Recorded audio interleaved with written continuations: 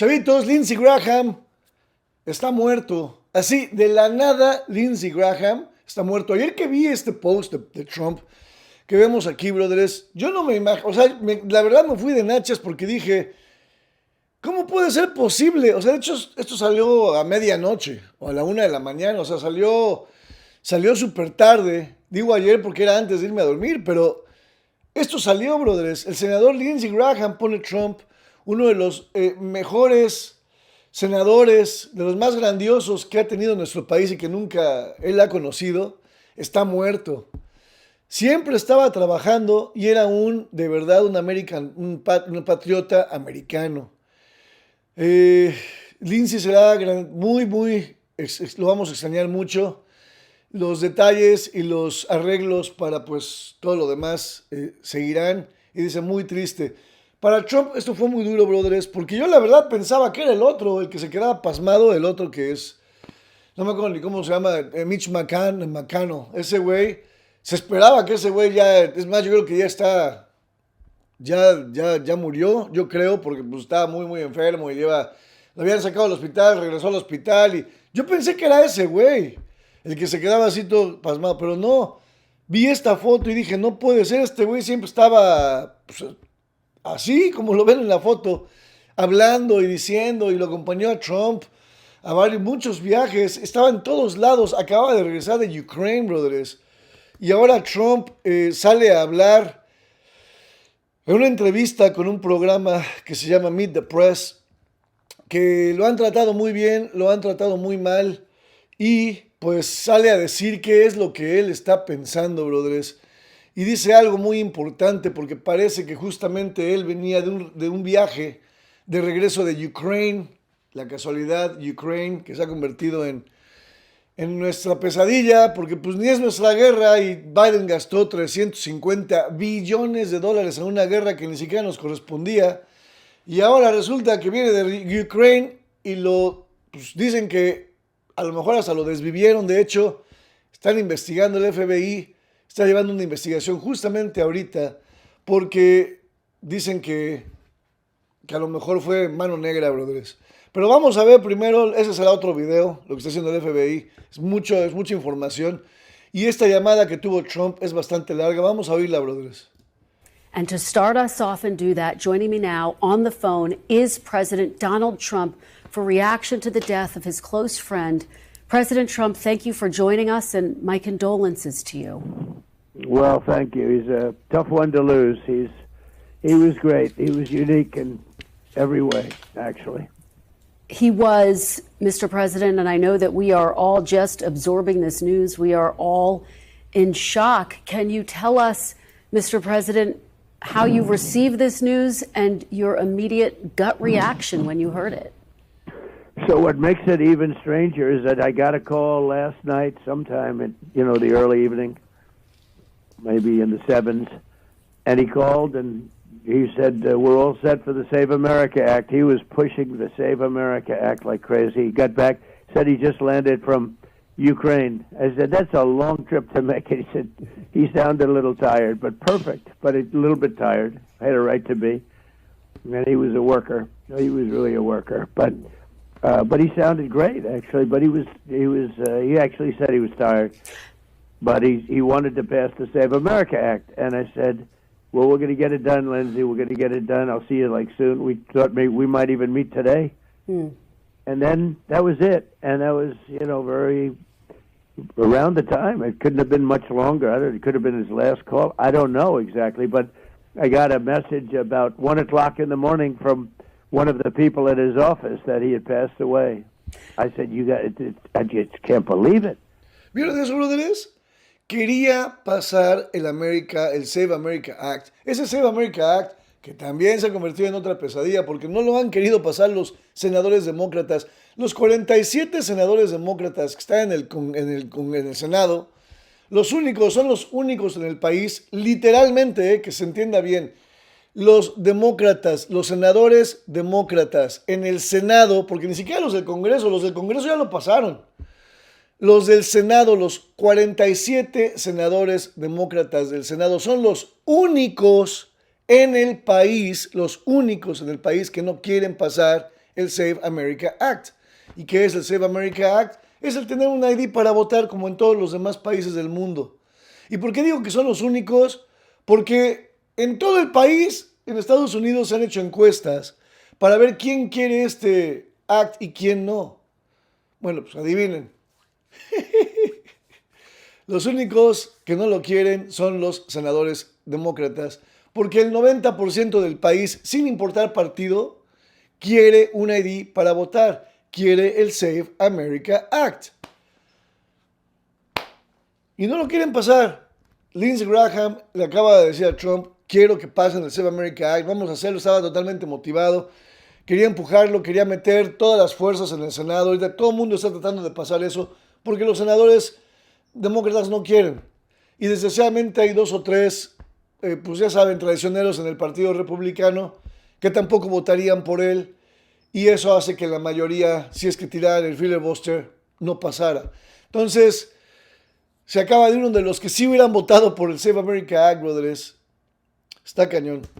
He was like a member of the family to me. It's very tough, actually. It's amazing.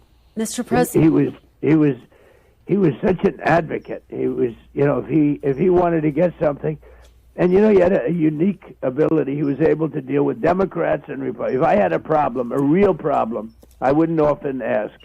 But if I had a problem with a Democrat, he could work it out. He was a great politician, actually. He loved his work, Mr. President. Yep. I hear you saying that in this final conversation that you have, emblematic. He was tireless, but it brought him such joy, didn't it?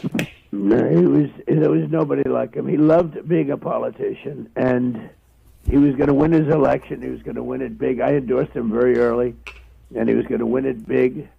He just had it made, and he just loved being a politician. I said, the reason I'm endorsing you is because I got to make sure you win, because if you didn't win, I don't think you could handle life. I really don't. He was a man, there are guys that can lose and they go into something else. I can't imagine him doing anything else. I said, if you weren't a U.S. Senator, I don't know if you could live very long, and look what happens. He was going to have a big victory. And the people loved him. Everybody loved him. Well, no, he had some enemies. He was a tough cookie. Don't misunderstand. He was a tough cookie in many ways. If he wanted to get something, if he thought he was right and he had people against him, he could be very tough, actually. But he was a good person. Mr. President, it is just extraordinary. You just spoke with him last night. His office says he passed away from a brief and sudden illness. Are you learning any more details about how and why he may have passed? Did he tell you anything in that phone call, Mr. President, about not feeling well? No, he said he's a little tired. He went a long trip, many hours. And he had just gotten back. And it must have been right after that, because I understand the police or whoever it is came there at about 7:30, 8 o'clock in the evening, something like that. So somebody notified him. But no, he felt okay. I actually, on the call, he told me, Kristen, he said, I feel good, but I'm tired. Mm. He was fine. I knew him well. He would let you know if he wasn't feeling well. He had days where he didn't feel so well, and he'd let you know about it. But he was a fantastic person. He was a man who, you're going to watch, it's going to be a very big thing with him. He's going to be appreciated more now than he was when he was living, I think. And just to make that point, authorities were called to his home responding to initial reports of a cardiac arrest. Again, his office saying a brief and sudden illness. Do you have any more details? I would think it would be that, because when I spoke to him, it could have been, minutes before, based on based on the fact that I heard about the call, whatever time that was. So it was shortly before. But it had to be something like that, because he was, other than being tired, he was fine. And so it had to be something like that would just be a quick end. And maybe that's not the worst way to go. He had some fine moments. His moment on Brett Kavanaugh was one of the classics, I think, in the history of the Senate. His moment was literally one of the great classics of anyone in the Senate when he defended Brett Kavanaugh so brilliantly. And Brett might not have made it except for that. They were treating him very unfairly. Good man. They treated him so unfairly, and Lindsay was so angry at the Senate because of it, and he had really an emotional moment. And I think that saved Brett Kavanaugh's Supreme Court, ascension. Lindsay did something that he was just so angry at the way Brett was being treated by the Democrats. It was so unfair. It was so unfair. I want to ask you more about his legacy. Lindsay got that over. Lindsay did a thing there that was, I think, nobody else could have done that.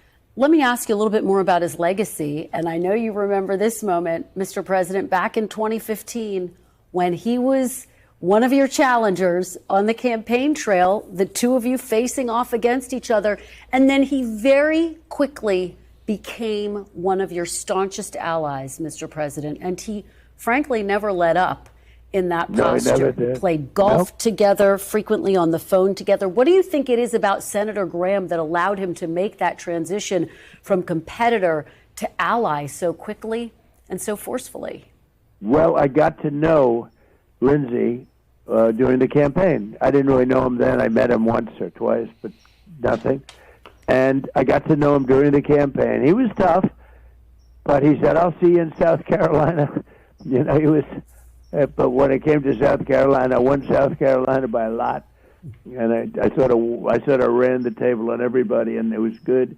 And he appreciated it. He respected it, and we sort of got a little bit friendly, and the friendship grew. It just grew, and he was an amazing advocate. He was, I don't know how you find anybody like him. He was so intent. I mean, he literally called me about the Save America Act. That's why he's. That's where I heard. Think of it. He's traveling for many, many hours. That's a long flight. That's a long trip. And he, calls me about the Save America Act. He thought we were going to get it passed. Do you remember This is a big blow to the Save America Act. Let me tell you. Do you remember, Mr. President, what was the last thing you said to him? What was the last thing he said to you? I said, "We'll see you soon. Come over anytime you want." He came into the White House a lot because I liked him. Can't do that with everybody. But he'd come in a lot. And he was a great, a gauge, a temperature gauge of the Senate. He was somebody that most Democrats liked. Some didn't, but most Democrats liked. And just about all of the Republicans liked Lindsay. He got along with everybody.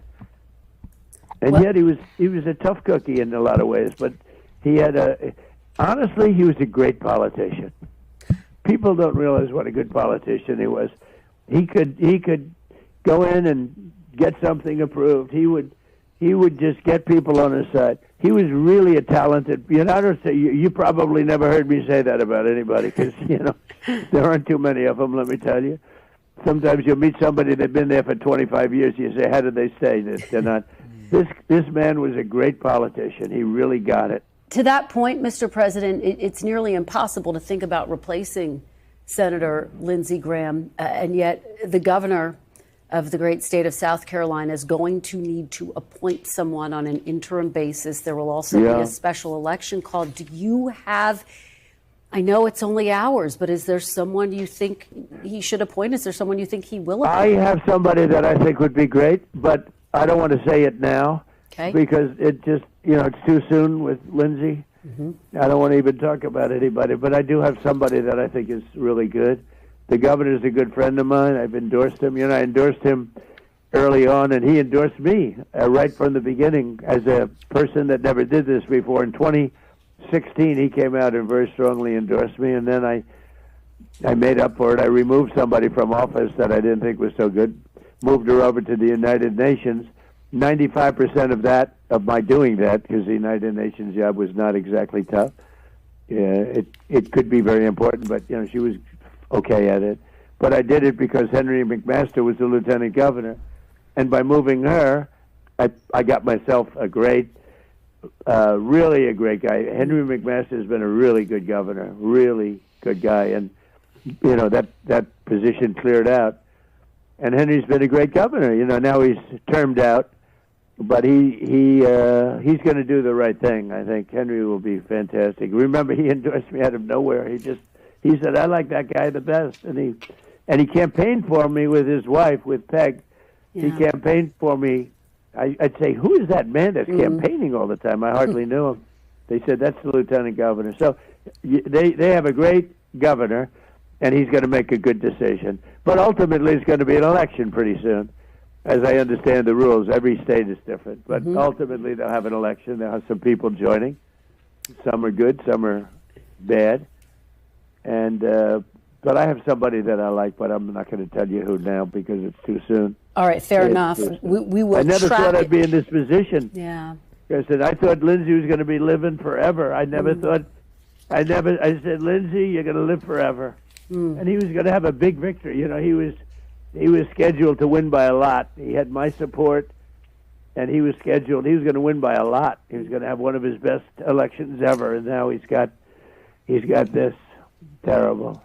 Well, I had the great honor of being able to talk to him a couple of times this week, Mr. President, and as you can imagine, we talked about a lot of foreign policy. We talked about a lot of Iran, and in honor of him, I want to still have some of those conversations.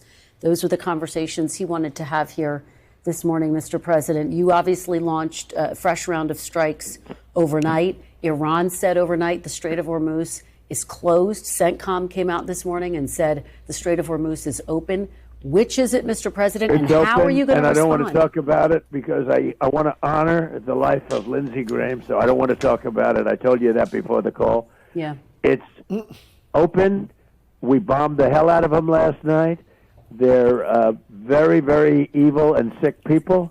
We had meetings with them they agreed to a deal yesterday, a perfect deal for us. No nuclear, no this, no that, no nothing. They gave up everything. And then after that, they left the room. And then within an hour, they launched a drone at a ship. I said, "You people are sick. You're sick people."